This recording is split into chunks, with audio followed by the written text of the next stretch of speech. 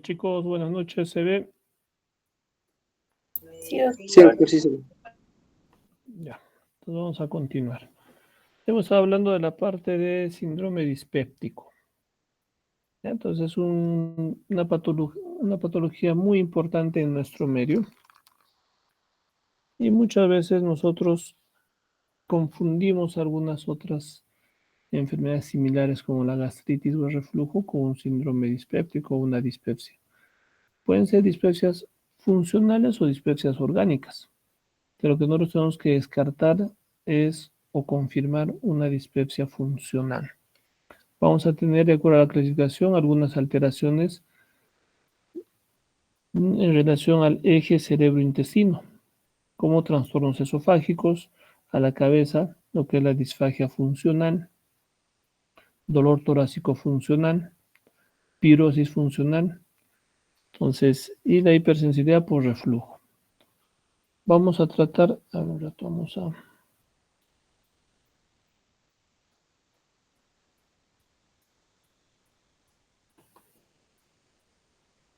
Ya.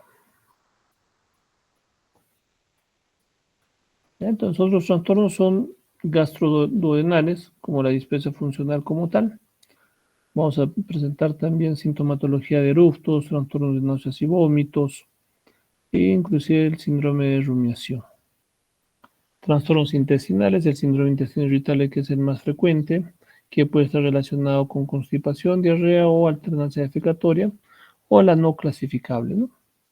Constipaciones funcionales, diarreas funcionales con flatos, no flatos, trastornos funcionales intestinales no definidos, la constipación inducida por opioides, que también está relacionada por una inducción de opioides a trastornos intestinales, pacientes que van a presentar dolor abdominal, mediados por problemas centrales, un síndrome doloroso abdominal, el síndrome intestino de narcótico, hiperalgesias gastrointestinales, trastornos de la vesícula, alteraciones del esfínter de Oddi o las famosas oditis, problemas biliares, trastornos vesiculares, trastornos funcionales, como habla del esfínter de Oddi, y otros trastornos funcionales pancreáticos también. Muchos de ellos presentan dolores intermitentes que pueden condicionar a disconfort, malestar, molestias en los pacientes. Otros problemas, trastornos anorrectales, esto es cada vez un poquito más frecuente por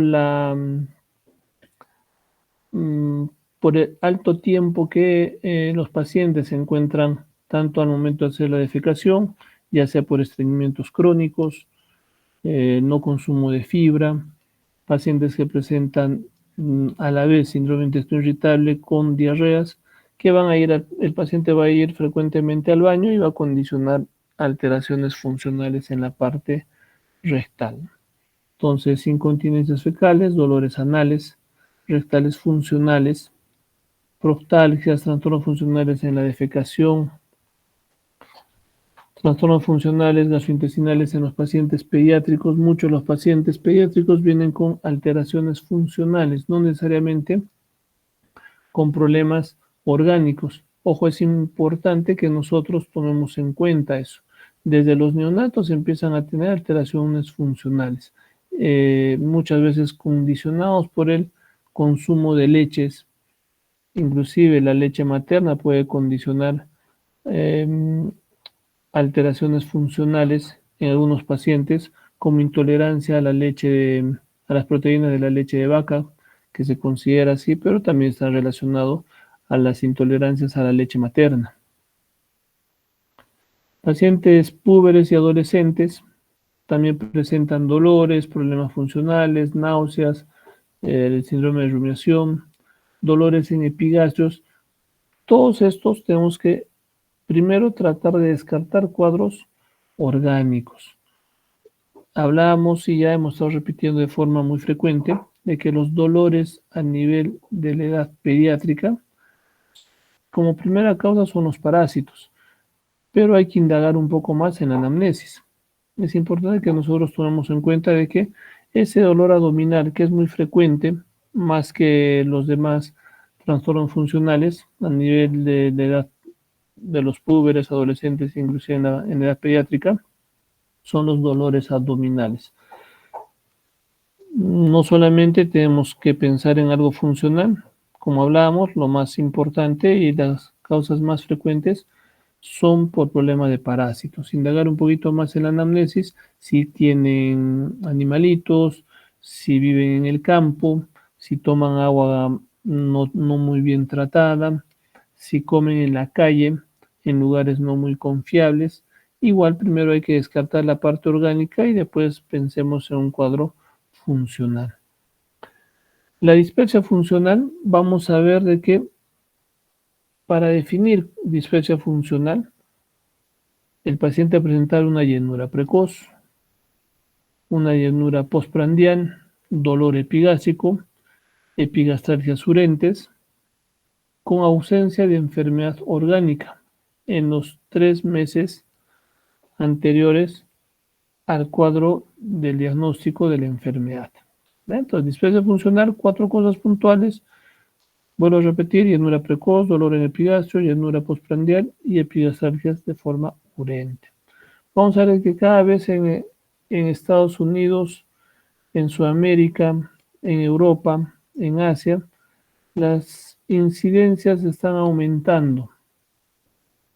Estados Unidos en promedio un 30%, pero va entre 18 hasta 44%, que cada vez está aumentando. En la parte de Sudamérica puede llegar hasta un 50%. En la parte de Europa hasta 33%, Asia 48%, ¿no? Entonces, en la parte de epidemiología en relación varón-mujer, las mujeres presentan mayor dispepsia funcional, con una prevalencia que llega hasta un 40% en general. Y recordemos de que en personas jóvenes y en personas adultas mayores, la incidencia en mujeres empieza a aumentar. Ya también los varones, los jóvenes presentan mayor prevalencia y en personas mucho más adultas cada vez empieza a disminuir. Los jóvenes menores de 40 años y mayores de 60 años en la población adulta. De todos los cuadros de dispepsia funcional, nosotros tenemos que tomar en cuenta esto. Entonces, casi un 25% son atendidos por médicos y un 75% no son atendidos por ninguna persona, ningún personal de salud. Van a la farmacia, toman indicando de que presentan dolor, presentan diarreas, presentan molestias a nivel abdominal, puede ser inclusive cuadros de esofagitis o mejor dicho reflujos, dolores en epigastrio, etcétera. Y el farmacéutico le da una medicación que muchas veces empeora el cuadro o simplemente es un sintomático que ayuda en cierta forma y después vuelve a aparecer, ¿no? En relación a los médicos generales y los médicos especialistas, van a tener una atención efectiva en estos pacientes hasta un 25%. Las posibles causas que tenemos que descartar para definir que sea o no sea una dispepsia funcional es cuadros de malignidad, o sea, alguna enfermedad, algún tumor, cáncer, las esofagitis, en este caso las esofagitis de Barrett, que puede llegar hasta un 2%, el reflujo, que también da sintomatología dispéptica, que pueden condicionar y confundir un poco. Entonces, alguna enfermedad que puede condicionar a producir alteraciones como úlceras pépticas, etcétera, puede llegar hasta casi un 50% y un 47% lo que es en sí la dispepsia funcional. ¿Cuál va a ser la definición en general en dispepsia funcional? Debe incluir uno o más de los siguientes síntomas, entre ellos la llenura postprandial, que va a incomodar al paciente, saciedad temprana, estamos comiendo, el paciente te indica, tengo hambre, comienza a comer y se llena muy rápido, dolor en epigastrio y quemazón en epigastrio. Y también tiene que excluir cualquier evidencia de enfermedad estructural o orgánica, ¿no? Los criterios que se tienen que cumplir están relacionados a los últimos 3 meses del inicio de las molestias al menos, y con el inicio de las molestias al menos 6 meses antes del diagnóstico, ¿ya? Los criterios tienen que cumplir en los últimos 3 meses. O sea, llenura postprandial, saciedad temprana, dolor en el epigastrio o quemazón en el epigastrio. En los últimos 3 meses. Con el inicio de las molestias, al menos 6 meses antes del diagnóstico. Entonces es importante que nosotros expliquemos y veamos en el paciente, ¿no? O sea, nos indica, doctor, cuando como me lleno muy rápido y me incomoda, ¿no? Entonces la saciedad temprana, la llenura, dolor en el epigastrio, en los últimos 3 meses es importante para definir diagnóstico. Es importante que nosotros veamos la relación cerebro-intestino, ¿ya? Entonces, porque vamos a ver una alteración en la hipersensibilidad visceral, hay que descartar cuadros de reflujo, cuadros de inflamación, inflamaciones a nivel duodenal, algunas otras molestias, alteraciones que van a reflejar a nivel del sistema nervioso central, especialmente a nivel de la corteza. Es importante que nosotros diagnostiquemos y clasifiquemos de forma adecuada al paciente. La dispepsia funcional va a estar relacionado a enfocarnos a dos tipos de patologías en relación a la dispepsia funcional, y una gran mayoría no va a estar relacionado o no va a estar investigada. En esto tenemos uno de los primeros, el síndrome de distrés postprandial. ¿Qué es lo que nos indica esto? De que el paciente va a tener llenura postprandial, que va a incomodar, que va a ocurrir después de las comidas, ¿ya? De tamaño regular, de forma promedio de lo que comía antes el paciente, ya le incomoda al paciente. La saciedad temprana, que va a evitar finalizar la comida de forma regular, o sea, ya no va a terminar el paciente toda su comida. Y esto va a suceder al menos varias veces por semana, más de 3, 4 veces por semana. Igual estos criterios tienen que cumplirse en los últimos 3 meses y las molestias tienen que iniciar por lo menos 6 meses antes del diagnóstico. Y los criterios de soporte que vamos a tomar en cuenta es el balonamiento, distensión abdominal, aumento de flatos o gases. Muchos de los pacientes vienen y nos dicen tengo eruptos o náuseas postprandiales. También pueden estar presentes el síndrome de dolor epigástrico, que puede coexistir en relación al síndrome de distrés postprandial. Entonces vamos a tener dos patologías, el síndrome de dolor epigástrico y el síndrome de distrés postprandial, que son patologías funcionales que sí vamos a estar investigando, pero hay una gran parte que no es investigada. Entonces el síndrome de dolor epigastrio debe incluir dolor o quemazón localizado en epigastrio, de severidad moderada, al menos una vez por semana. El dolor puede ser de forma intermitente, no es generalizado o localizado en otras regiones abdominales o torácicas, exclusivamente en la parte del epigastrio, no calma con la defecación, no calma con la eliminación de flatos, no reúne criterios para desórdenes de la vesícula biliar o el esfínter de Oddi, no presenta ictericia, no presenta cólicos a nivel hipocondrio derecho. Igual, estos criterios tienen que cumplirse en los últimos 3 meses y tienen que tener un inicio de las molestias 6 meses antes del diagnóstico. Entonces, no nos olvidemos de que estas dos patologías, tanto el síndrome de distrés postprandial y el síndrome de dolor epigástrico, tienen que cumplir con los criterios en los últimos 3 meses para definir como dispepsia funcional, descartando siempre todo cuadro de organicidad. El dolor puede ser de tipo quemazón, pero sin componente retroesternal, o sea, no hay reflujo, no hay alteraciones retroesternales. Normalmente el dolor puede ser inducido o aliviado con la ingesta de comidas. Doctor, me está doliendo y como y me alivio, ¿no? O estoy comiendo y después de comer comienza el malestar.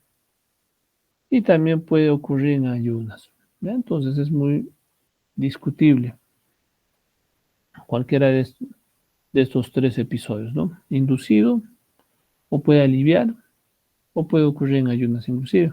Al momento de la ingesta de comidas puede aumentar más o calmar. Y el síndrome de distrés postprandial, ¿no? que pueden coexistir de forma concomitante, los dos. El enfoque diagnóstico es muy importante, que nosotros definamos y veamos y examinemos al paciente. Entonces es importante realizar estudios sistemáticos. No es como en algún momento escuchaba, pídele todo.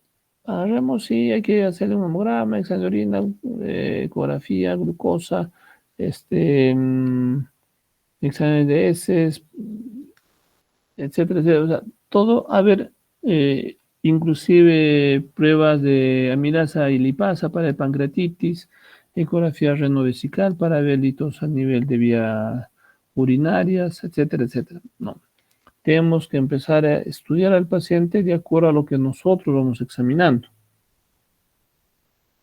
porque hay que ver si es necesario hacer algunas otras pruebas diagnósticas o no. Entonces, es importante seleccionar a nuestro paciente. Recuerden que la prevalencia es muy alta, más allá de un 50%, y la dispepsia orgánica puede llegar más o menos a un 40% en algunos estudios. La historia clínica, la exploración física es muy importante. La analítica elemental, mucho más aún en pacientes mayores de 40 a 45 años. Recordemos nuevamente de que las patologías, especialmente oncológicas, están relacionados a pacientes que empiezan, uno que tiene antecedente familiar de cáncer familiar, ya sea en las mujeres, 5 cánceres muy frecuentes: cáncer de mama, cáncer de estómago, cáncer de colon, cáncer de ovario y cáncer de útero. Y en los varones, los 5 cánceres más frecuentes: cáncer de próstata, cáncer de hígado, de colon, de estómago, de piel, inclusive de pulmón. Y todos los cánceres se ha visto, o en su gran mayoría, comienzan a aparecer la transformación celular a partir de los 40 años en promedio. Puede ser un poco más, un poco menos, pero en promedio unos 40 años.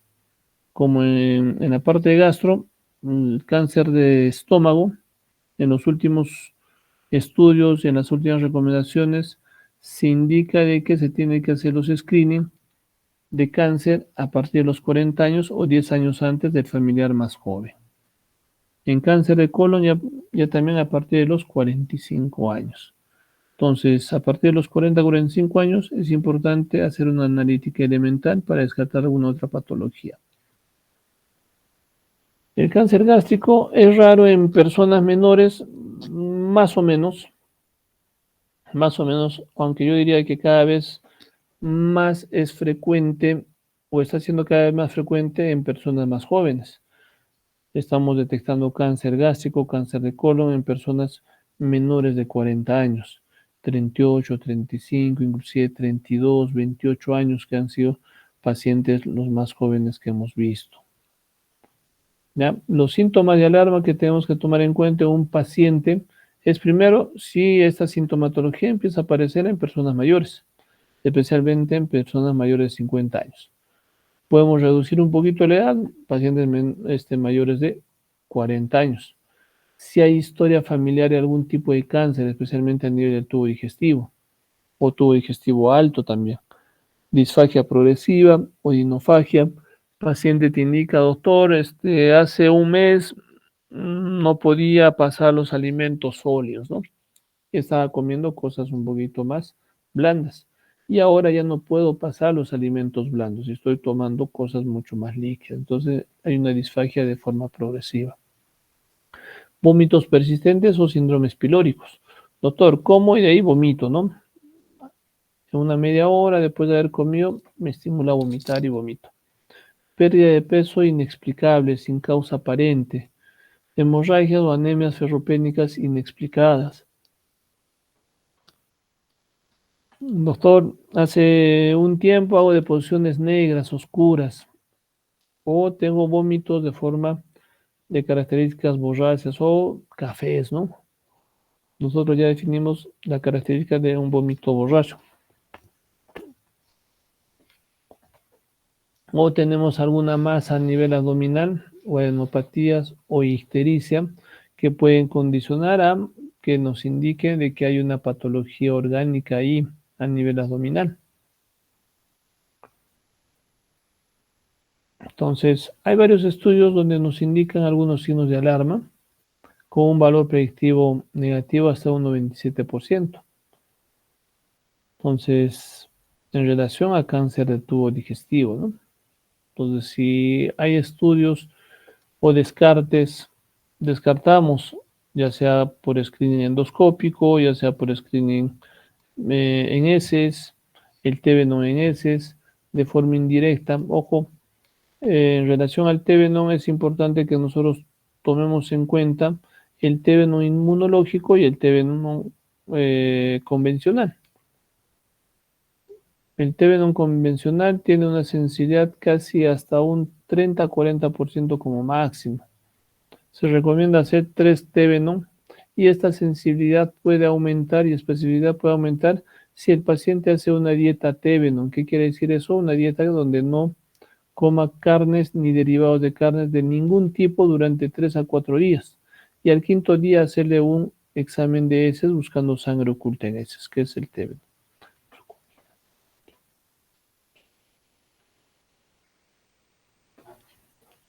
Entonces, el corte de edad, veamos siempre, bueno, en Estados Unidos 55 años, en Asia, en Japón, en China.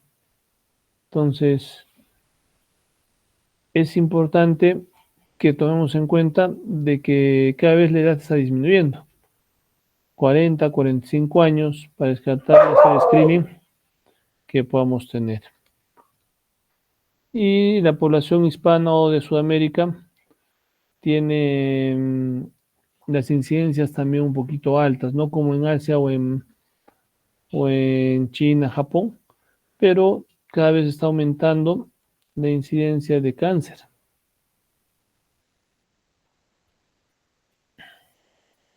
El examen físico es muy importante, pero tiene un escaso valor diagnóstico si el paciente no tiene alguna sintomatología aparente o algún problema a nivel abdominal, ¿no?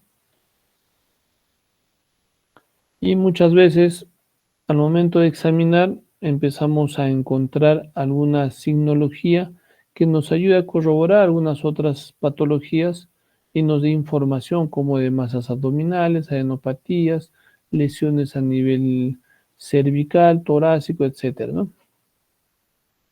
Aún teniendo un examen físico normal, tenemos que ver el valor positivo en los pacientes en relación a descartar un cuadro orgánico para confirmar un cuadro de dispepsia funcional.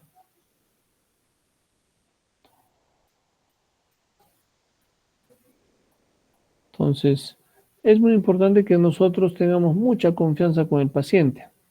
Y muchas veces, como comentaba en la anterior clase, tú puedes atender a un paciente y si no le das esa confianza adecuada, porque muchos de los pacientes agarran y como comentábamos, vienen y te quieren imponer, ¿no? Una medicación. Doctor, quiero inyectarle.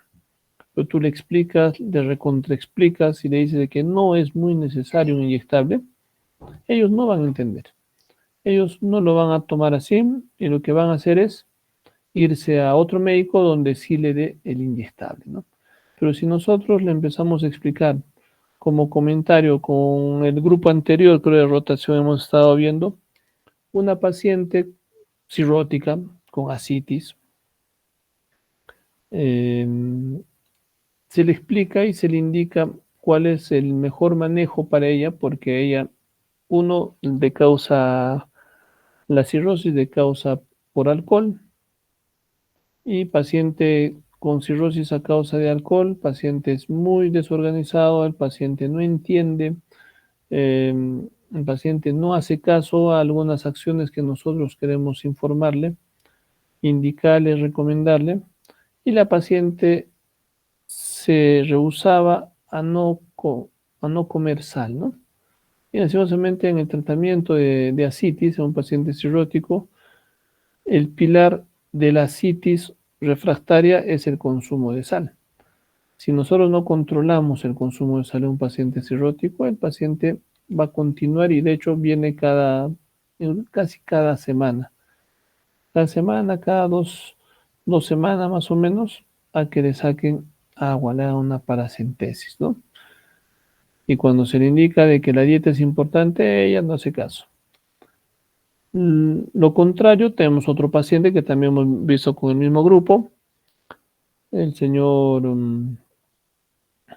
José María, que es un paciente cirrótico bien compensado, el paciente es bien ordenado, inicialmente ingresó con una citis también a tensión y solamente con dieta y con tratamiento de diuréticos hemos ayudado a controlar esa citis y en la actualidad el paciente no tiene ni ascitis, la circulación colateral está mucho más compensada, no tiene edemas, entonces es cuestión de convencer al paciente, pero también que el paciente se convenza y en esos casos es importante inclusive que en lo posible de que vean con un familiar mucho más joven, ¿no?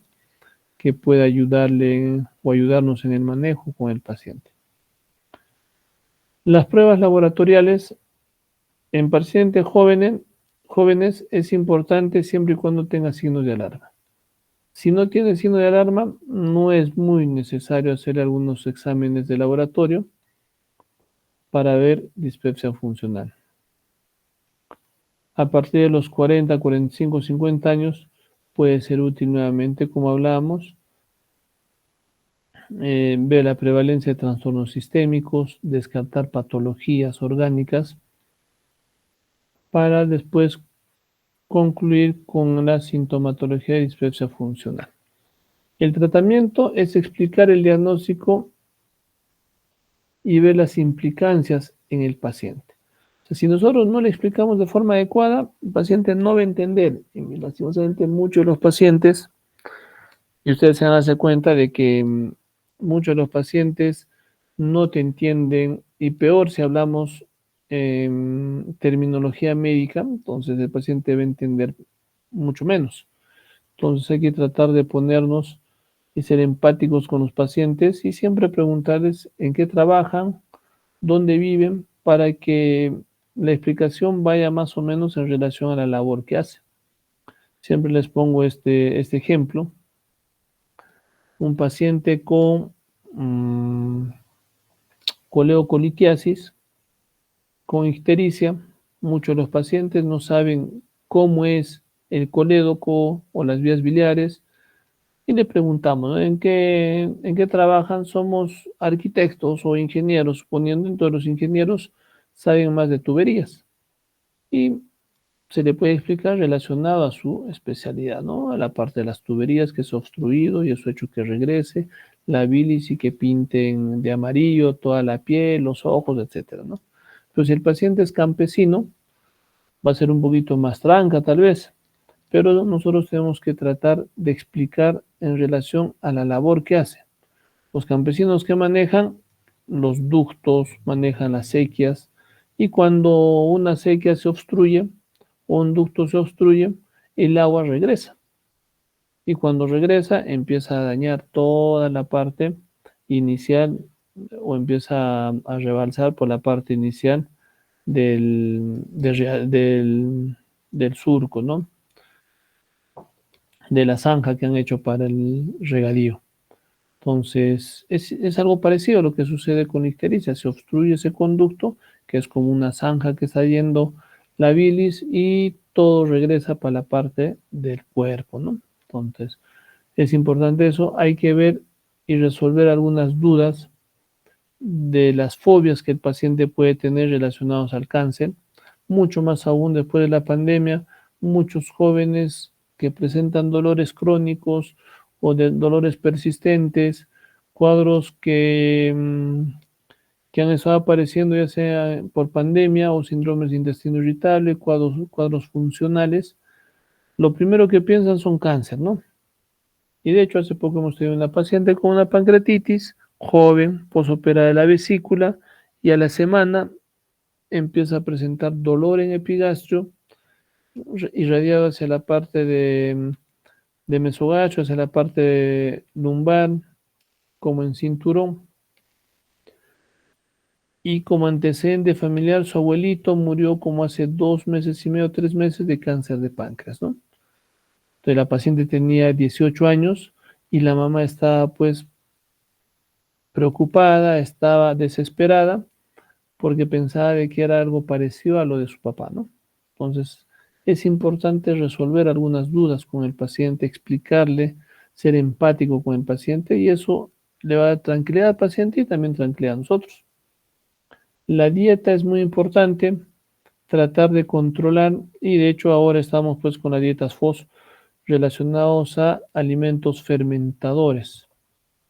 Entonces, tenemos que darle dietas hipofermentativas, o sea, alimentos que no fermenten fácilmente, entre ellas las harinas blancas, el pan blanco, fideo blanco, arroz blanco, inclusive la papa recalentada, el arroz recalentado, fermentan mucho más.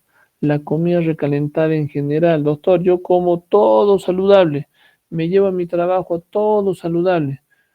En la mañana temprano me despierto a las 5 de la mañana, hago mi almuerzo, pongo en mi tupper y me voy a trabajar. ¿Y en el trabajo qué hace? ¿Cómo lo come? Lo caliento. Entonces ya es una comida recalentada. Entonces para eso hay que explicarle y hay que indicarle algunas cosas, ¿no? Usted no puede comer o puede llevarse al trabajo comida que va a recalentar demasiado y peor si tiene tomate, si tiene mucha cebolla, si tiene muchos condimentos que puedan producir mayor fermentación, porque a la larga vamos a empezar a tener disconfort a nivel abdominal y podemos exacerbar nuestros cuadros de dispepsia funcional. Es importante ver los medicamentos y para qué queremos manejar.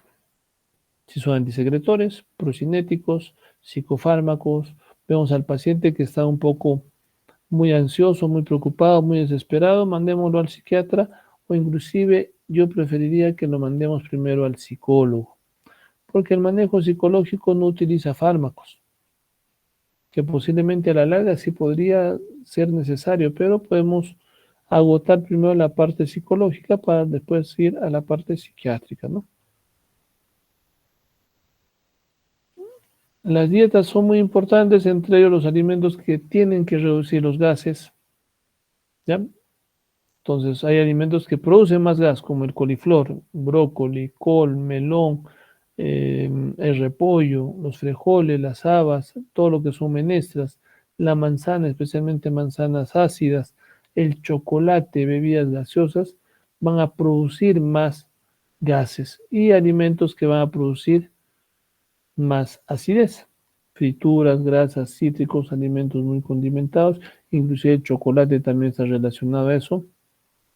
Hay que evitar la ingesta apresurada. O sea, muchos de nosotros comemos y de hecho creo que la gran mayoría de ustedes comen en 10 minutos sopa, segundo postre y refresco, ¿no? Porque tienen que ir a clases. Entonces, eso es muy importante tratar de controlar, tener un horario de forma más adecuada, salir un poquito más y un poquito más antes para que puedan ingerir de forma adecuada los alimentos, ingerir al ritmo de forma adecuada, evitar fijar las horas, evitemos de que las horas de comida no sean las más adecuadas y estemos comiendo un día a las 12, otro día a la 1, otro día a las 3, otro día a las 12 otra vez, de forma irregular. Hay que fijar horas de comida de forma adecuada. Hay que mantener esas horas fijas. Es aconsejable dejar de fumar, evitar el alcohol, como hoy día hice una endoscopia de una paciente que tenía metaplasia a nivel del esófago, distal a nivel del esfínter de la unión gastroesofágica y cierta eritema a nivel de todo el estómago, ¿no? Con reflujo biliar. Y lo primero que pregunto es, ¿y voy a poder tomar algo de bebidas alcohólicas? O sea, en vez de que pregunte si puedo comer comida de tal forma, tal tipo de comida, etcétera, o sea, si va a poder tomar bebidas alcohólicas, es lo que le preocupaba más. Es importante eliminar el exceso de peso, porque hablábamos de que a mayor peso, mayor compresión a nivel abdominal y por ende mayor compresión del estómago y evitemos todos los otros alimentos. La cinetirina es lo que está utilizándose ahora más que la ranitina que ya salió del mercado. Los IBPs nos ayudan como antisecretores omeprazol, que es lo más frecuente en el MINSA, pero sí podemos utilizar lansoprazol, esomeprazol, pantoprazol, especialmente en personas polimedicadas, tienen menos efectos de interacciones medicamentosas. El omeprazol tiene mucho más efectos. Entonces hay que cambiar a otros tipos de IBPs. Los procinéticos ayudan, la metoclopramida de la cabeza, domperidona, cinitaprida, que van a ayudar a mejorar el tránsito intestinal. Vuelvo a repetir, el movimiento intestinal o el peristaltismo es como si estuviéramos ordeñando desde el esófago hasta la parte intestinal. Si esa coordinación de arriba hacia abajo se pierde, empezamos a tener alteraciones desde orgánicas y funcionales. Si a la par comemos algunas comidas que van a inflamar la parte de la mucosa, la parte intestinal, la parte de la mucosa del estómago, vamos a condicionar a producir mayor problemas sintomáticas. Va a haber mayor sintomatología en los pacientes. Entonces, domperidona, metoclopramida, cinitaprida ayuda bastante como procinético. Los antidepresivos y los ansiolíticos hay que tomar en cuenta siempre y cuando sean muy necesarios para los pacientes. La fluoxetina, amitriptilina, que son muy frecuentes como antidepresivos, y los ansiolíticos, las benzodiazepinas, ¿no? El alprazolam, clonazepam. Entonces, porque estos a la larga pueden condicionar a producir dependencia y resistencia. Entonces, hay que tomar en cuenta el uso de antidepresivos y ansiolíticos.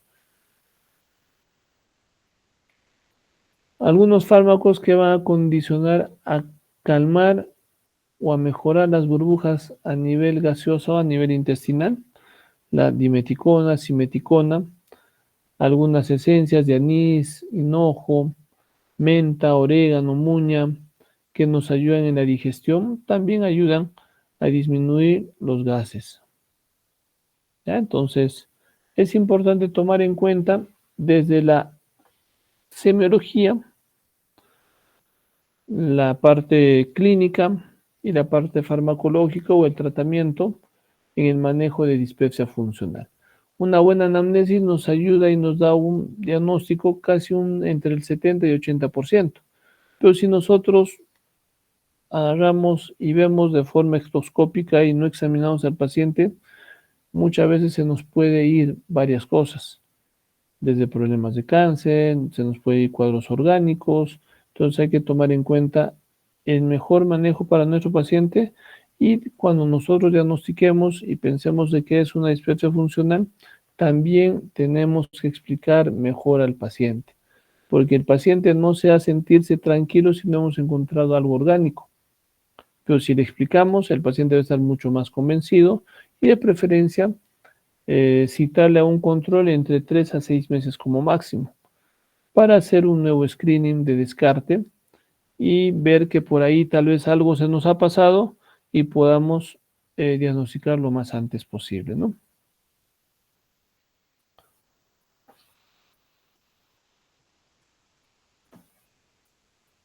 Chicos, a ver, ¿alguna pregunta de dispepsia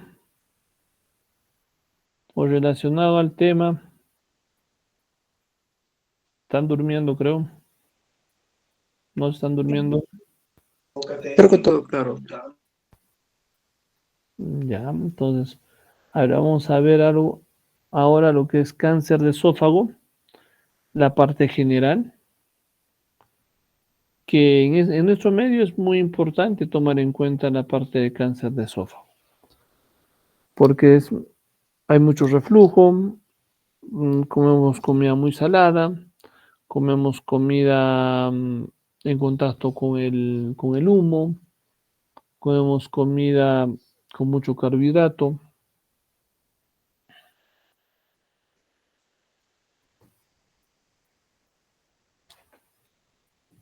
Entonces, en relación al cáncer de esófago, vamos a ver de que los tumores malignos del esófago pueden estar relacionados a carcinomas de células escamosas con sus variantes, adenocarcinomas y los otros tumores que son menos frecuentes. Los más frecuentes, carcinomas de células escamosas y el adenocarcinoma. Las células escamosas pueden llegar hasta un 78% y el adeno hasta un 17% y los demás menos de un 10% en conjunto. La localización de cánceres, este gráfico es muy importante porque nos va a ayudarnos a ver dónde hay mayor incidencia de cáncer de esófago. El esófago torácico o medio puede llegar hasta un 32% y si sumamos con el esófago torácico inferior, pueden pasar más de un 50%, sin dejar de lado la zona del cardias, que llega hasta un 32%. Y el esófago superior o cervical o torácico superior llega aproximadamente a un 11%, ¿no? Entonces, lo más frecuente en los 2/3 inferiores, incluido el páncreas y el cardias. Los factores de riesgo son muy importantes que tomemos en cuenta, de que le expliquemos al paciente que no consuma mucho alcohol, que no tome, que no fume, y peor si fuma y toma. Entonces, eso aumenta el factor de riesgo, especialmente en cáncer de esófago. Otros factores, la dieta contaminada con nitritos, con toxinas derivadas de hongos, es muy importante explicarle al paciente de que si se compran muchos de nuestros familiares, inclusive en las familias acá en el Cusco, inclusive en provincias, compran un saco de arroz para todo el mes, ¿no? O para 2, 3 meses. Y si este saco de arroz no lo conservan de forma adecuada en zonas donde no hay humedad, entonces, si no lo conservan de forma adecuada, va a haber proliferación de hongos. Y estas toxinas de los hongos condicionan a producir cáncer de esófago. Bueno, antiguamente el opio, la ingestión de té caliente, especialmente en las pipas, el opio se utilizaba y también era un factor de riesgo, ¿no? Y las comidas y el té caliente también influyen, inflama ese esófago. La calasia de larga evolución. Entonces es muy importante tomar en cuenta que hasta un 20% de pacientes con acalasia pueden llegar a ser adenocarcinomas de esófago. Más frecuente en el tercio medio, 17 años después del diagnóstico de acalasia pueden llegar a ser hasta un 20%. Hay algunos divertículos esofágicos que podrían condicionar menos porcentaje, pero sí, aquí tenemos una radiografía contrastada. La anterior había una radiografía de esófago con una punta de lápiz, ¿no? En la parte del esófago distal, que es compatible con acalasia. Ojo, en los pacientes pediátricos, eso vendría a ser no tanto acalasia, pero puede ser lo que es el esfínter esofágico o una estenosis esofágica congénita. Los divertículos esofágicos también condicionan síndrome de Plummer-Vinson, las membranas esofágicas, que pueden llegar hasta 10% de afectación en cáncer de esófago. Son unos anillos que empiezan a aparecer especialmente a nivel del esófago inferior. La tilosis, que es una hiperkeratosis palmar, que es una hiperpigmentación de los dedos, entonces que pueden condicionar hasta un 50% de posibilidad de cáncer. Entonces, pacientes que tengan hiperkeratosis o tilosis, pensar y hacer un descarte de cáncer. Esófago de Barrett, hemos hablado, es muy importante el diagnóstico oportuno de la metaplasia intestinal del esófago de Barrett y de esa forma ver si tiene displasia de alto o de bajo grado y un riesgo de inclusive hasta un 15% de hacer adenocarcinomas. Pacientes que han tenido ingesta de cáusticos, lejía, exposición a radiación, lo que es la radioterapia, algunas otras ocupaciones como cantineros, camareros, obreros de construcción que están en contacto con bastantes sustancias químicas, también tienen un factor de riesgo para hacer cáncer de esófago. Un tumor segundo primario, que también paciente que tiene cáncer de vías respiratorias, o de vías digestivas altas, puede llegar a ser cáncer de esófago hasta un 4%, como segundos tumores primarios. O sea, es otro tumor o segundo tumor, pero de inicio independiente a los otros tumores. Por eso se define segundo tumor primario o segundos tumores primarios, ¿no? Cáncer de cabeza y cuello puede llegar hasta un 35%, los otros hasta un 4%. El virus, los virus también, el virus del papiloma humano condicionan a producir cáncer de esófago.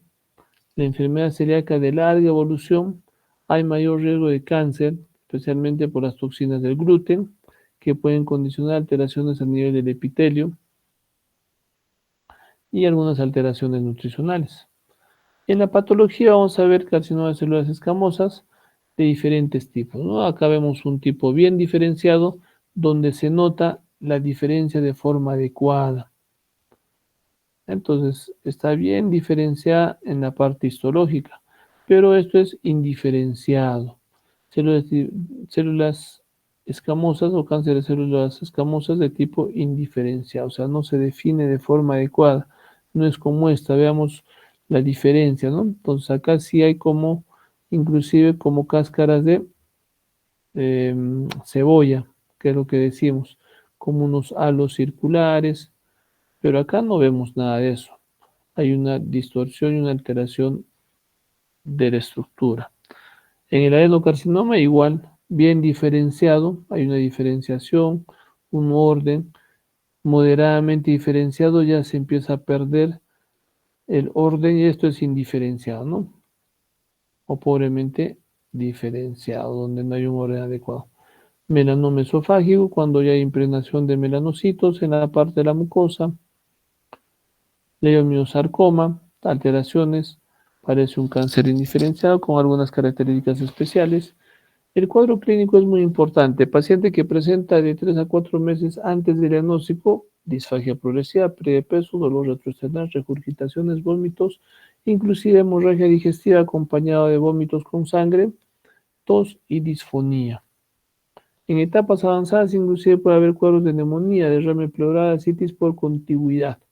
Empiezan a haber compromiso pulmonar y síndromes paraneoplásicos, ¿no? Como la hipercalcemia, secreciones ectópicas de ACTH y gonadotropinas también, como alteraciones ocasionales en pacientes con cáncer de esófago. Exámenes auxiliares es importante. A todo paciente pedir hemograma para ver cómo está la hemoglobina, para ver cómo está la parte de la coagulación e inclusive de los leucocitos, pero especialmente la parte de la hemoglobina para ver anemias crónicas. Pacientes con cáncer de esófago empiezan a sangrar poco a poco. Inclusive empiezan a tener anemia ferropénica de causa no definida. De dónde se van perdiendo no sabemos, pero se le hace exámenes de TB, o estudio de anemias en general, por más que el TB no sea negativo o positivo, hay que hacer endoscopía, colonoscopía para ver estudio de anemia, para ver pérdidas gastrointestinales. Algunos marcadores de desnutrición como la albúmina sérica, prealbúmina y transferrina sérica que nos ayudan también en la parte nutricional. Un test de función hepática normal en casos de metástasis hepáticas sí nos puede ayudar. Recordemos de que las metástasis más frecuentes de esófago van hacia la parte del hígado. Y cuando hay alteraciones funcionales, cuando los tumores o la metástasis se localizan a nivel del hilio hepático o contiguo a esto, vamos a empezar a tener cuadros de colestasis, cuadros de patrones hepatocelulares, etcétera, ¿no? En el diagnóstico vamos a ver de que es importante cuando tenemos disfagia de forma progresiva hacer una radiografía de esófago contrastada o una varitada de esófago que también se define o un esófago de doble contraste que también, o un esofagograma. ¿Ya? Cualquiera de esas terminologías es una radiografía de esófago con vario o varitada para pintar cómo está ese esófago. La endoscopía nos ayuda a ver la biopsia. Nos ayuda a tomar biopsia y ver la citología y confirmar la histología en los pacientes. La radiografía de tórax, tomografías, ecoendoscopías, broncoscopías nos ayudan en el estadiaje, especialmente la clasificación TNM, donde es el tumor, los nódulos y la metástasis. Esta radiografía de doble contraste o un esofagograma, acá vemos una estenosis en desfiladero del esófago medio, ¿no? Entonces, hay una gran extensión del tumor en el esófago. Acá vemos de forma irregular, igual, una imagen en desfiladero disminuida del diámetro, que el tumor estaría pues a estos niveles, ¿no? La endoscopía nos ayuda a evaluar la lesión, nos permite tomar biopsias para caracterizar la histología. Acá vemos varias lesiones con estenosis, sin estenosis, lesiones que van a comprometer la parte lateral del esófago, comprimiendo la luz del esófago, y otras que van a empezar a cerrar la luz, produciendo estenosis concéntrica. Acá vemos lesiones irregulares, endoscópicas. Es importante tomar muestras de biopsia no del medio, sino del borde de la lesión. Acá también vemos lesiones esofágicas, tumores esofágicos, lesiones polipoideas. Ya la tomografía es importante que tomemos en cuenta.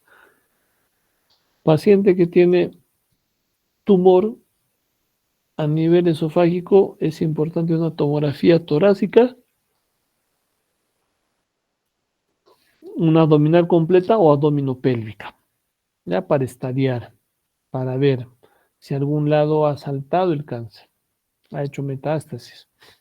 Hay que ver invasión local, esófago medio, esófago cervical o unión gastroesofágica, metástasis ganglional, ¿ya? Ganglios subdiafragmáticos, ganglios mediastínicos, metástasis a distancia, para ver metástasis hepática o metástasis a otro órgano.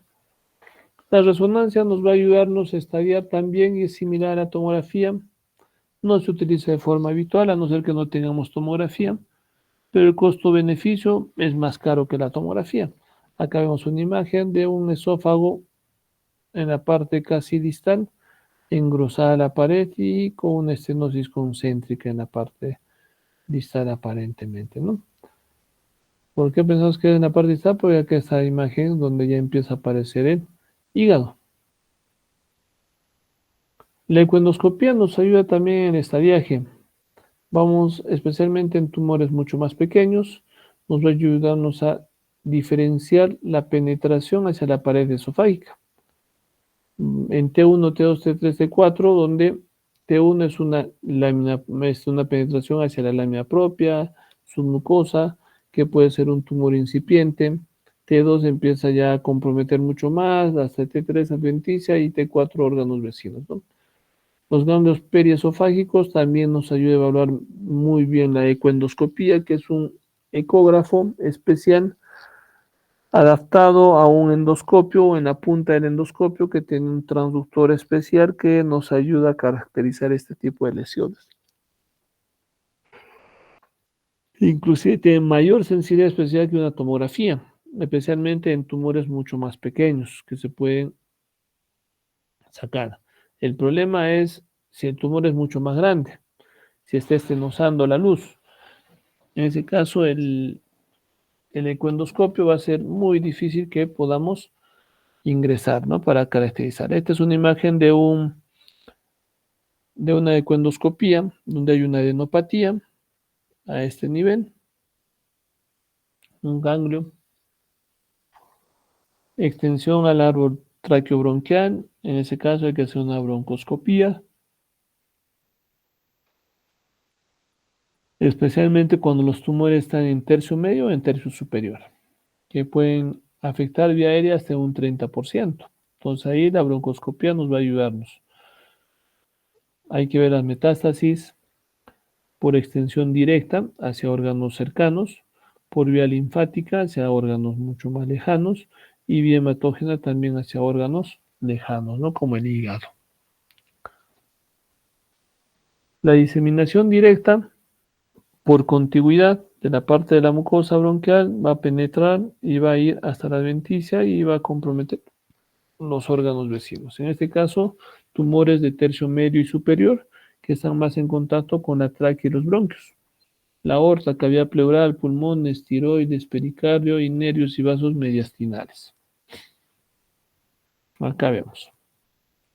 Diseminación linfática. Vamos a ver carcinomas de esófago cervical, a dónde van a estar localizándose, hacia los nódulos de la parte cervical. Los carcinomas de esófago medio, hacia la parte de mediastino, y carcinomas de esófago inferior, inclusive a mediastino y a la parte de los ganglios linfáticos gástricos, ¿no? Y nódulo linfático del tronco celíaco.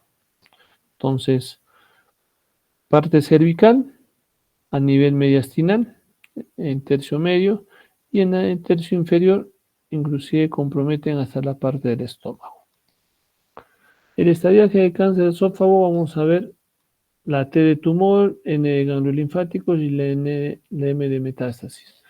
De acuerdo a esto vamos a caracterizar y vamos a dar un estadio 1, 2A, 2B, 3 y 4. Los que tienen mejor pronóstico, estadio 1, 2A, inclusive hasta 2B podría ser, pero 3, 4 ya el pronóstico ya no es curativo y es más paliativo. Es importante este gráfico porque nos ayuda a ver los cánceres tempranos para la resección inclusive endoscópica, y cuando ya hay penetración hacia la parte de la submucosa es mucho más tranca sacar el tumor y el manejo es mucho más quirúrgico.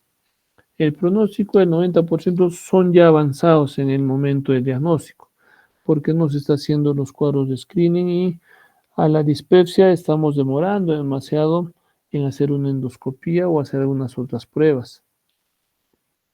Los enfermos operables pueden llegar hasta un 60% y los resecados hasta un 40%. Una resección curativa llega hasta un 20% a los 5 años.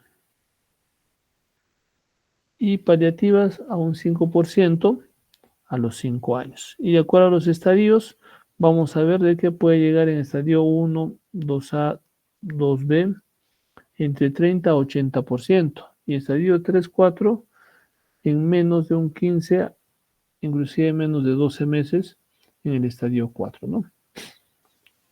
La duración y la supervivencia, mientras más es el estadio 4, la supervivencia es mucho más baja. En el estadio 1, 2, la supervivencia a los 5 años es mucho más efectiva, ¿no? Es mayor hasta un 80%. El tratamiento hay que ver si tiene el paciente una intención curativa o paliativa. Si es curativa, el manejo es quirúrgico, quimioterapia, radioterapia. Puede ser pre o postoperatoria, ¿ya? Una quimioterapia o radioterapia. Y si es una intención paliativa, la quimioterapia, radioterapia puede ayudar, y tratamientos endoscópicos también, como colocación de stent esofágicos. El tratamiento quirúrgico hay que ver la localización, de acuerdo a eso se hacen las resecciones y las linfadenectomías de los ganglios, ya sea cervicales, mediastinales o a nivel gástrico, ¿no? Entonces, la supervivencia ayuda a los 5 años, puede llegar hasta un 25% de acuerdo al estadiaje y la localización. De acuerdo al tipo de cirugía sobrevida, ya hemos dicho, la curativa tiene una expectativa mucho mayor en relación a la paliativa.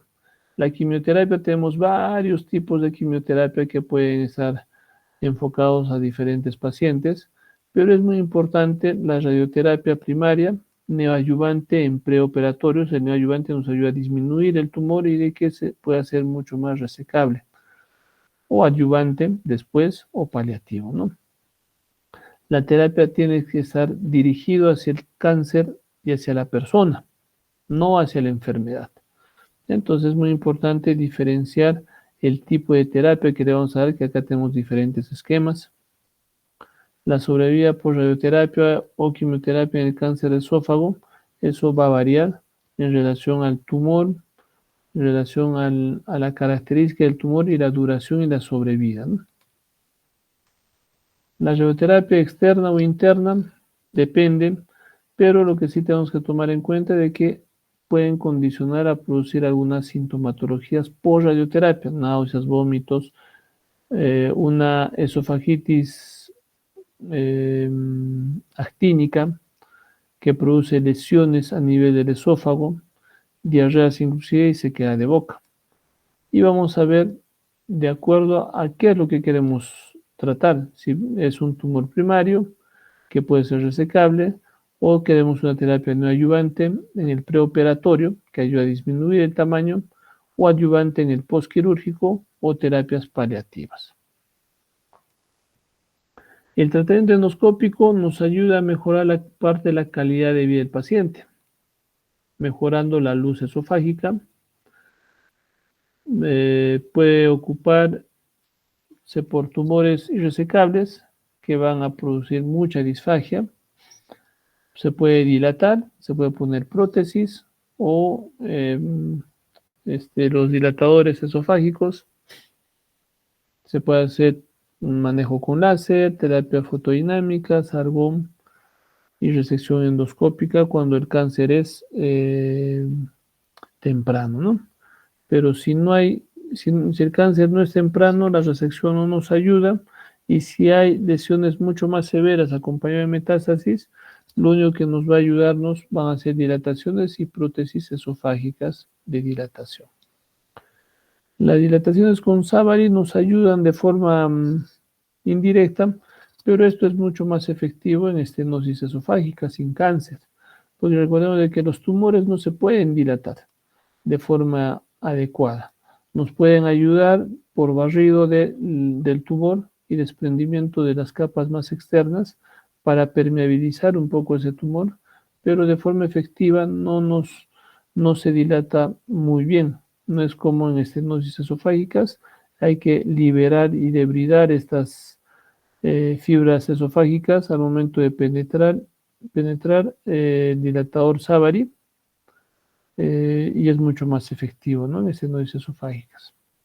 Las prótesis metálicas son mucho más efectivas en este caso, porque ayudan no solamente a dilatar la luz del tumor, sino también a contener el crecimiento del tumor hacia la parte de la luz.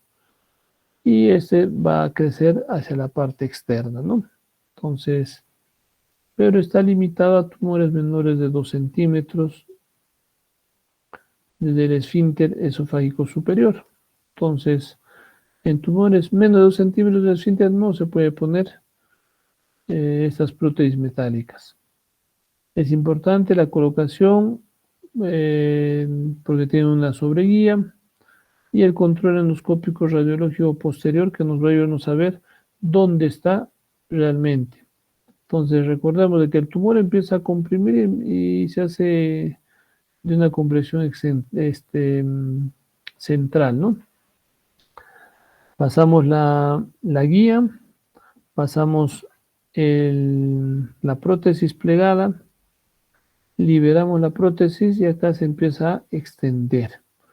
¿Y eso qué es lo que hace? De que empieza a hacer de que este tumor migre para la parte externa y no empiece a penetrar hacia la parte de la luz esofágica. Entonces acá vemos una prótesis en radiología, una prótesis de control a nivel esofágico que está bien ubicada, está bien dilatada y no está haciendo o sufriendo compresión del tumor de forma extrínseca. Es importante evaluar a nuestro paciente con cáncer de esófago y ver la parte de los antecedentes, ¿no? Que no fumen, que no tomen mucha sal, fumadores no solamente de cigarro, también de marihuana, opioides, etcétera, también condicionan a hacer cáncer de esófago. ¿Alguna pregunta, chicos, de cáncer de esófago? Nada. Espero que no estén durmiendo, ¿no? No, son temas interesantes, son temas que tenemos que saber, son temas muy frecuentes que vemos en la práctica diaria, especialmente en la Sierra del Perú, porque hay mucha incidencia.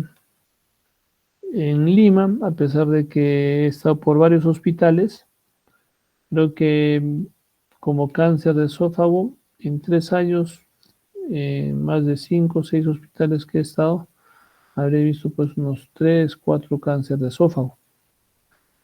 pero en Cusco al año vemos mínimo, no, yo veo mínimo unos 3, 4 cánceres de esófago y los otros colegas también ven algo parecido, entonces la incidencia es mucho más alta de lo que pensamos, ¿no? Entonces hay que tomar en cuenta siempre eso. Entonces vamos a ver ahora cáncer de estómago. En la parte de cáncer de estómago, recordemos que es uno de los 5 cánceres más frecuentes a nivel mundial, a nivel de Perú y a nivel de Cusco. ¿Ya? El cáncer gástrico tiene mucha importancia porque cada vez está siendo más diagnosticado, inclusive la edad está siendo cada vez menor.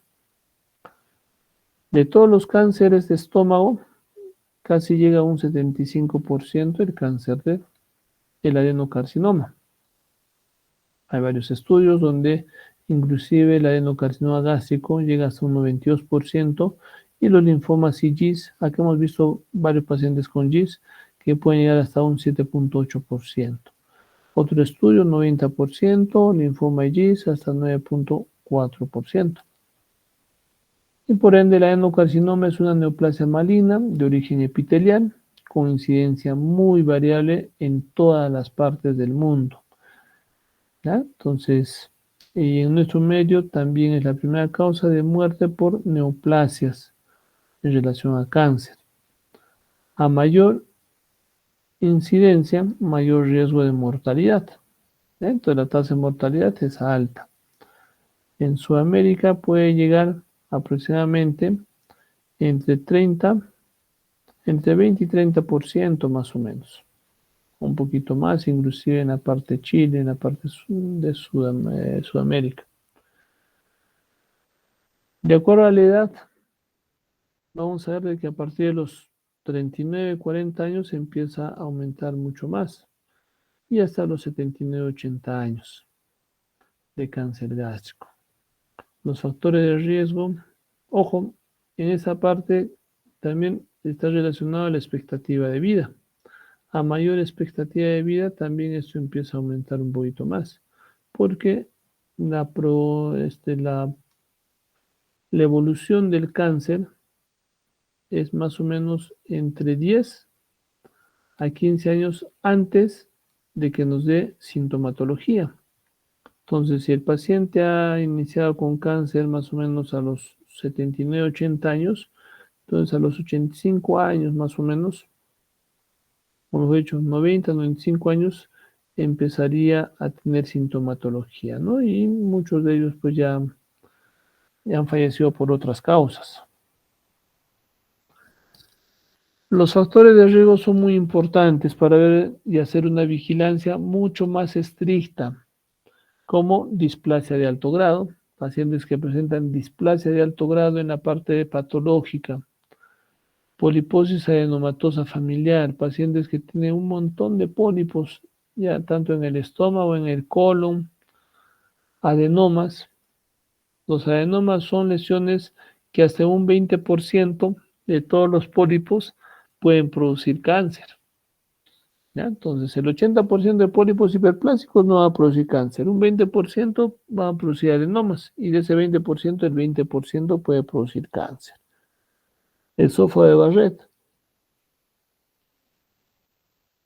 cáncer de Caries a nivel de la unión gastroesofágica, metaplasia intestinal, gastritis crónica atrófica, también condiciona un factor de riesgo para hacer cáncer de estómago, especialmente la metaplasia intestinal incompleta.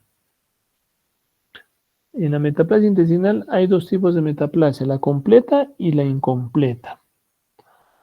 La completa no tiene mucha importancia, muchos de nosotros diríamos, pero si es completa quiere decir que ya se ha completado la transformación y el riesgo debe ser mayor, no.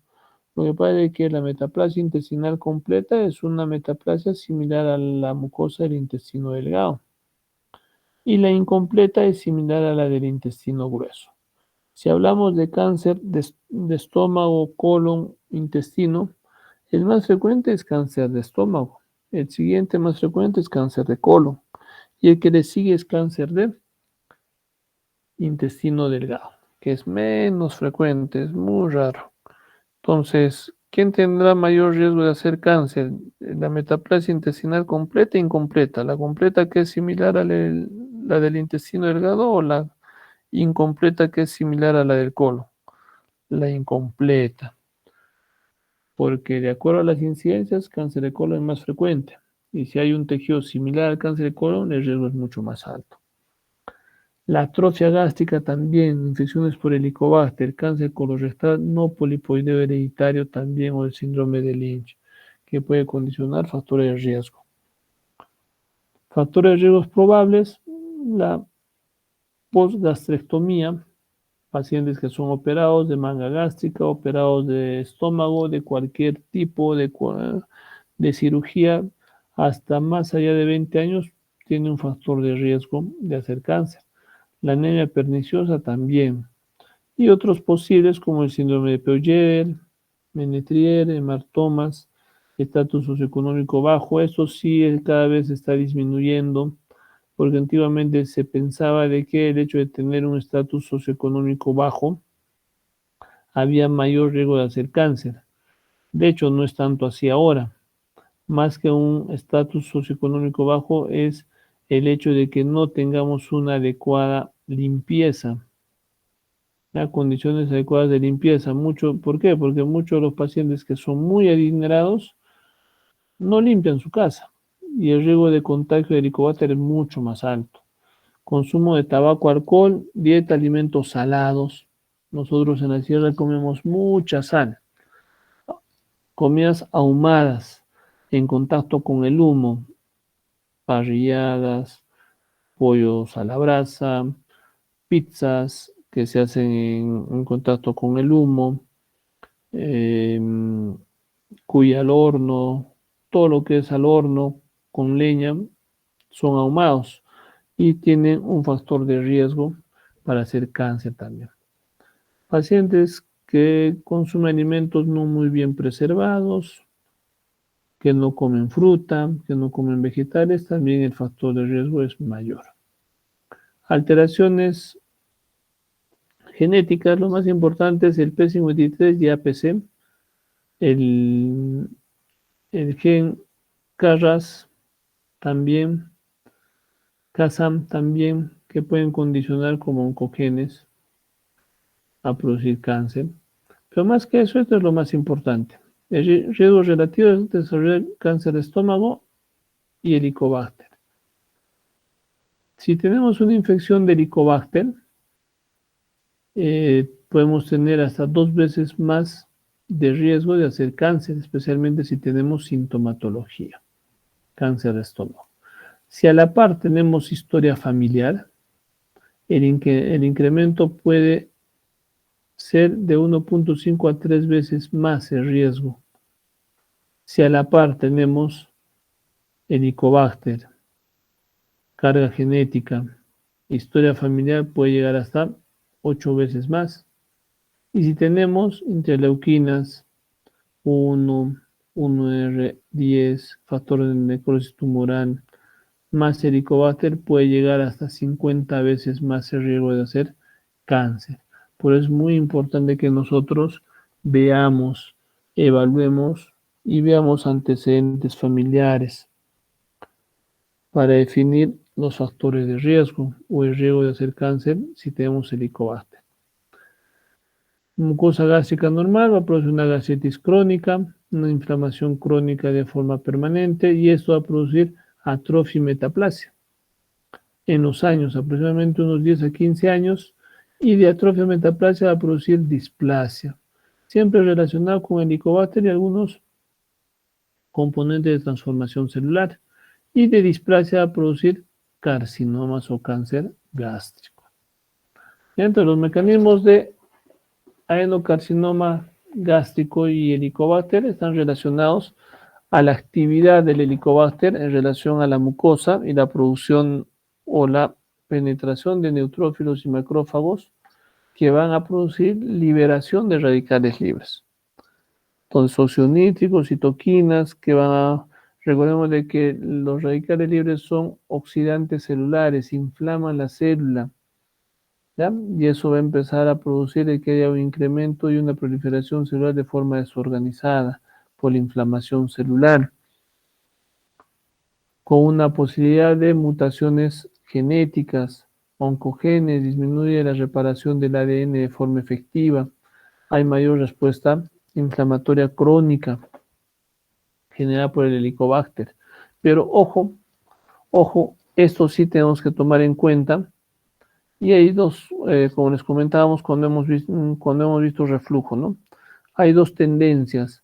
Unos que controlan y te dicen no elimines el Helicobacter y otros que te dicen sí elimine el Helicobacter. ¿Por qué? Porque el hecho de tener el Helicobacter también es un factor protector para el reflujo, pero un factor agresivo para cáncer de esófago o de estómago. Si eliminamos el Helicobacter, vamos a tener posiblemente más reflujo y de hecho muchos pacientes empiezan a tener un poquito más de reflujo que antes, eliminando el Helicobacter, especialmente en las etapas iniciales post-eliminación del Helicobacter. Pero la pregunta sería, ¿en dónde hay más cáncer? ¿En el estómago o en el esófago? Cáncer de esófago es casi, si no es 10 a 20 veces menos que el cáncer de estómago. Entonces, hay mayor posibilidad de hacer cáncer de estómago si tenemos Helicobacter que hacer cáncer de esófago si eliminamos el Helicobacter. Entonces, lo ideal es eliminar. Si tenemos factores de riesgo, mucho más aún. Si tenemos sintomatología, mucho más aún. ¿Qué es lo que sigue produciendo el Helicobacter para activar el cáncer? Daño persistente en la mucosa y submucosa, secreción de ácido ascórbico que va a reducir, en este caso, la producción de este ácido, que es un ácido que va a ayudar a proteger la parte de la mucosa, va a generar radicales libres, va a haber un incremento de la proliferación celular, mitogénesis, transformación celular, disminuye la apoptosis e induce la hipocloride, que estimula la transformación celular y por ende la producción de cáncer. La OMS, desde el 94, lo ha definido como un carcinógeno definido o definitivo al Helicobacter pylori. Entonces, tenemos que tomar en cuenta esto porque tiene un factor de riesgo muy alto que puede llegar si tiene algunos antecedentes familiares, tiene Helicobacter y tiene carga genética aumentada como interleuquinas, factores de necrosis tumoral alfa, interleuquina 1, interleuquina 10, etcétera, que puede llegar hasta más allá de un 50% de cáncer, de hacer cáncer en estos pacientes. En la patología hay una clasificación histológica, la clasificación histológica de Lauren, que puede ser un carcinoma intersticial o difuso, y de acuerdo a la OMS, túbulo papilar e indiferenciado, que son las células en anillo de sello. Estas últimas son cánceres de evolución muy acelerada. Entonces tenemos que tener muy en cuenta eso. Muchos de los pacientes y de los colegas, de los médicos, del personal de salud que detectan cáncer y ven en la histología cáncer de células en anillo de sello, quieren hacer un proceso normal como si fuera un adenocarcinoma túbulo papilar o intersticial difuso, sin entender de que este tipo de cáncer de células en anillo de sello, la evolución es recontra acelerada. En menos de 12 meses te puede dar metástasis a distancia y tener un compromiso mucho más severo con una mortalidad alta. ¿Qué es lo que no ocurre en los adenocarcinomas tubulopapilares? Que la evolución es mucho más lenta. En 10 a 15 años, ese tumor que está comenzando termina de dar sintomatología. Entonces hay que apurarnos más cuando tenemos células en anillo de sello. Adenocarcinomas túmulo bien diferenciados, indiferenciados, especialmente las células en anillo de sello que tienen alta mortalidad. Lo más importante es detectar cáncer precoz en relación al cáncer temprano o early cáncer. El cáncer precoz que no va a llegar hasta la muscular o muscularis de la submucosa no va a llegar a la subserosa ni a la serosa, apenas hasta la lámina propia. Entonces, y la resección o el hecho de extirpar estos tumores es mucho más efectivo. Ingresamos con una aguja de inyectoterapia, inoculamos soluciones hipertónicas y esto va a elevarse y sacamos en bloque los tumores. Acá también tenemos lesiones tumorales de cáncer gástrico precoz que pueden ser resecados de forma endoscópica inclusive. Para eso tenemos una clasificación de cáncer precoz, donde el tipo 1, este tamaño no va más allá de 2.5 milímetros, ojo, milímetros, no centímetros, tipo 1 que es elevado, tipo 2 ABC, el A es levemente elevado, el B es plano y el C es levemente deprimido. El tipo 3 ya también es deprimido y hay variantes, ¿no? Tipo 3 más 2C, tipo 2C más 3, dependiendo que encontremos en el paciente. Normalmente el paciente con cáncer gástrico es asintomático, hasta un 80%. Puede haber síntomas de úlcera péptica hasta un 10%, náuseas, vómitos 8%, anorexia o hiporexia 8%, llenura precoz 5%, y cuando empieza a dar más sintomatología, ya el cáncer ya no es precoz, es un cáncer avanzado. Entonces, cáncer precoz hasta un 80% es asintomático. Y el cáncer avanzado, ya el compromiso y la penetración del cáncer es a tejidos mucho más internos, desde la muscular, subserosa, serosa, inclusive penetra más allá de la serosa. Y el cuadro clínico ya también es al revés, bajo de peso hasta un 60%, dolor abdominal, náuseas, vómitos 30%, anorexia, hemorragia que sea 20%, llenura precoz, disfagia, etc. Y la duración de los síntomas menos de 3 meses, menos de 12 meses hasta un 40%, y más de 12 meses hasta un 20%. Esta es la clasificación de acuerdo a cáncer avanzado. La otra clasificación de cáncer temprano era tipo 1, tipo 2, 2A, B, C y tipo 3, ¿no? Este también es Borman 1, Borman 2, Borman 3, Borman 4 y la Borman 5 no existe Borman 5, sino es la tipo 5, que es inclasificable. ¿Ya? Borman 1, mamelonado, Borman 2, ulcerado, infiltrativo y de proliferación difusa, ¿no? O linitis del cáncer. Condiciones paraneoplásicas, acantosis nigricans, síndrome de Trousseau, nefropatía membranosa. El síndrome de Trousseau es alteraciones neurológicas a nivel de los tendones, anemia hemolítica microangiopática, las anemias hemolíticas, signo de Lesertrelat, que es la queratosis seborreica, y dermatomiositis. ¿Ya? Entonces, acantosis nigrica, lesiones especialmente a nivel de articulares, síndrome de Trousseau, signo de Lesertrelat, queratosis seborreica, hay que echarle a buscar cáncer, en este caso cáncer gástrico. ¿Y a dónde da metástasis? A muchos órganos, desde el hígado, pulmones, cerebro, inclusive en episodios mucho más avanzados, pero es menos frecuente. La parte ginecológica, la parte intestinal también puede producir metástasis gástrica. Hay un signo famoso, ¿no? El nódulo de la hermana María José, que es un nódulo que está a nivel del ombligo, que es bien hiperpigmentado, que nos ayuda también a detectar de forma indirecta cáncer gástrico. El tumor de Krukenberg, que es un tumor relacionado tanto del estómago con el ovario.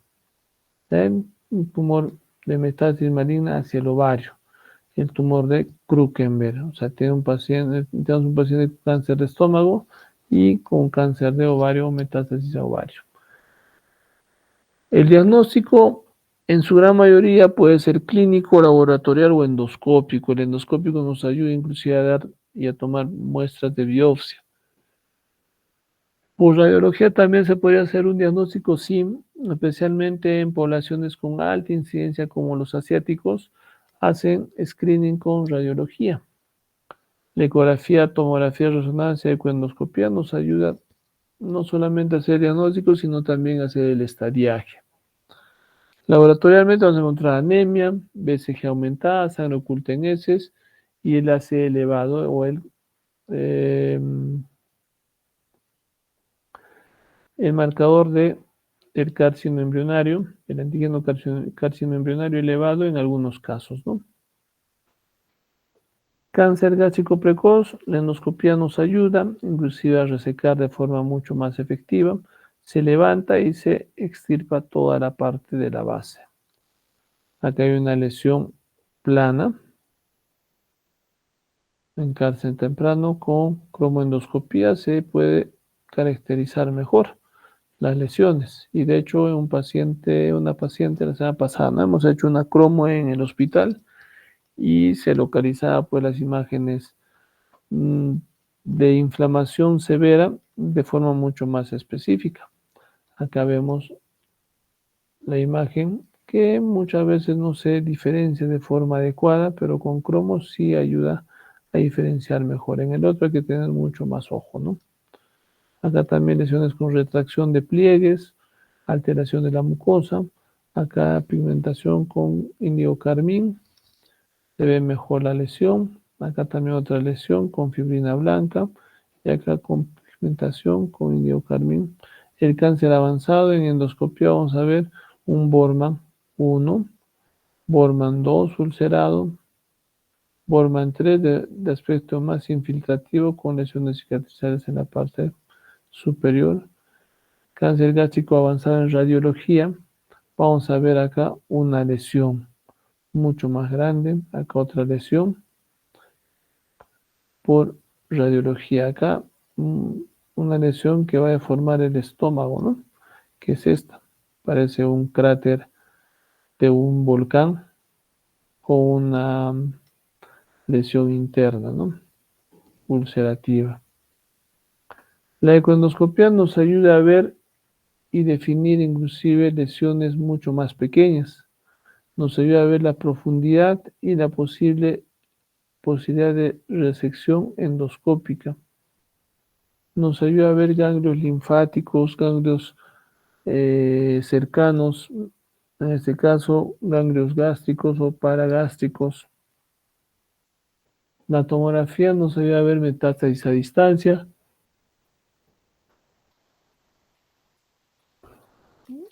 Hay que ver la parte del compromiso linfático regional, la ecografía abdominal. Es mucho más sencilla, pero no nos ayuda mucho. Puede ser más barato, ¿no? Pero no nos ayuda a detectar de forma efectiva cáncer gástrico. Ni inclusive la parte del estadiaje.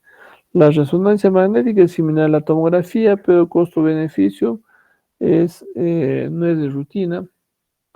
La paroscopía no es de rutina, hacer una laparoscopía pensando en el diagnóstico, a no ser que tengamos ya un diagnóstico definido y se hace una laparoscopía o laparotomía para resecar el tumor, ¿no? Acá vemos lesiones, ganglios, acá hay una lesión a nivel de la mucosa, acá hay una lesión megapolipoidea, igual acá y acá lesiones polipoideas, ¿no? Que están comprometiendo ya casi la parte de la basal. Acá vemos metástasis a distancia de cáncer gástrico. Y el estadiaje está relacionado en la parte de la TNM, T del tumor. Hay que ver la característica del compromiso y la expansión del tumor, si es más allá de la serosa o solamente en la mucosa o mucosa muscular subserosa o serosa. La N de ganglios cercanos, N0 no hay compromiso ganglionar, N1 compromiso de ganglios perigástricos en menos de 3 centímetros del tumor primario, en la curvatura mayor y menor. N2, compromiso de ganglios perigástricos a más de 3 centímetros del tumor primario. Compromiso de ganglios esplénicos, celíacos y del hepático común inclusive. Metástasis, M0, ausencia de metástasis, y M1, metástasis a distancia. De acuerdo a eso, nosotros vamos a estadiar y vamos a ver el estadiaje y la sobrevida a los 5 años. Cuando el estadio es 0, 100%, estadio 1A, 2, 1B y 2 tienen un mejor pronóstico, y desde 3A, 3B y 4 el pronóstico disminuye rotundamente, ¿no? El tratamiento, resección quirúrgica, resección endoscópica, especialmente cuando hay un early cancer o cáncer temprano, resección endoscópica más laparoscópica cuando hay un compromiso mucho mayor, y quimioterapia paliativa o neoadyuvante antes de la resección, sí se puede hacer. De acuerdo a la localización, se hace una resección del tumor. Normalmente el tumor más frecuente es a nivel de cuerpo y antro, y se va a resecar desde antro hasta cuerpo, y solamente deja el cuerpo y une hacia la parte del yeyuno, como una asa intestinal. Si el tumor compromete y es mucho más grande, puede hacerse una resección completa y hacer una plastía intestinal con adecuación hacia la parte del esófago. El linfoma es de 3 a 6% de todos los cánceres gástricos, y tenemos que tomar en cuenta el linfoma no Hodgkin especialmente, que está muy relacionado a la parte del Helicobacter también. Esta puede dar desde un tejido gástrico, va a dar un linfoma mal, una hiperplasia linfoide de expansión clonal de células B, y va a terminar en un cuadro de linfoma, especialmente el linfoma no Hodgkin. El diagnóstico es muy importante, las manifestaciones clínicas. Recuerda de que un gran porcentaje son asintomáticos, y cuando hay sintomatología es similar a la sintomatología a los adenocarcinomas gástricos. La ventaja de la endoscopía es de que se puede tomar biopsias de masas polipoideas, engrosamiento de pliegue, lesiones ulceradas. Es importante eso. El linfoma gástrico por ecoendoscopía nos puede ayudar a ver la profundidad, el compromiso ganglional. Por tomografía, afectación del hígado, vaso, ganglios linfáticos a distancia. Y la ventaja del linfoma es de que es un tumor que tiene un mejor pronóstico que un adenocarcinoma, un carcinoma con células en anillo de sello. El linfoma no es necesario resecar, a no ser que sea el compromiso mucho más severo y se tenga que operar, pero en su gran mayoría el tratamiento es quimioterapia, radioterapia, más quimioterapia, y la evolución es adecuada, ¿no? Y si si hay compromiso de Helicobacter, erradicar el Helicobacter, que tiene mucha relación con el linfoma a nivel gástrico. El tratamiento, de acuerdo al linfoma gástrico de alto grado, QT, quimioterapia, radioterapia, cirugía en casos muy seleccionados como hablábamos, y los linfomas mal de bajo grado, erradicar el Helicobacter pylori. Eso en relación a cáncer gástrico. ¿Alguna pregunta, chicos?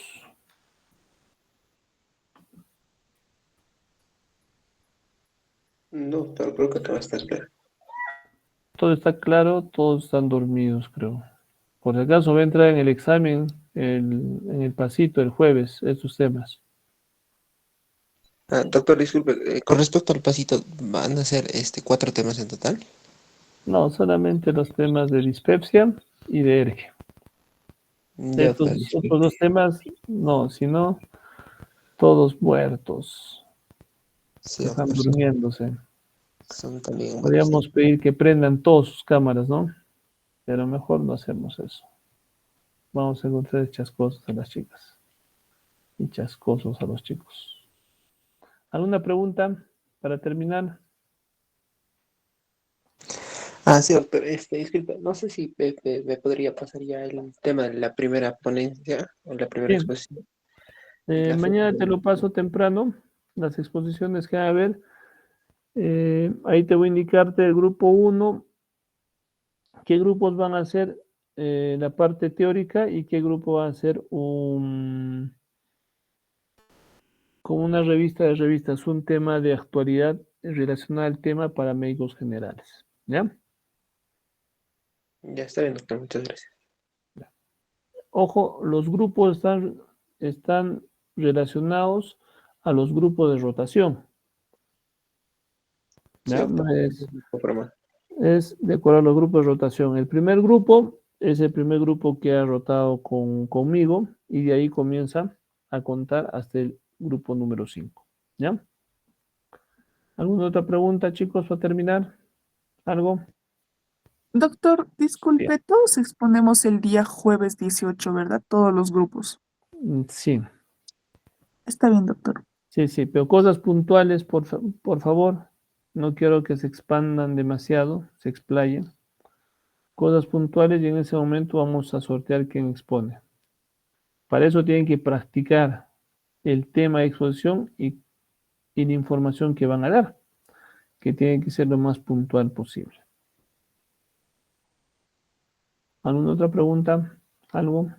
¿Nada? Ya, chicos, entonces nos vemos el jueves, pasado mañana. ¿Ya? Ya nos vemos. Chao, chao. Hasta luego. Hasta luego, doctor. Gracias. Buenas noches. Buenas noches.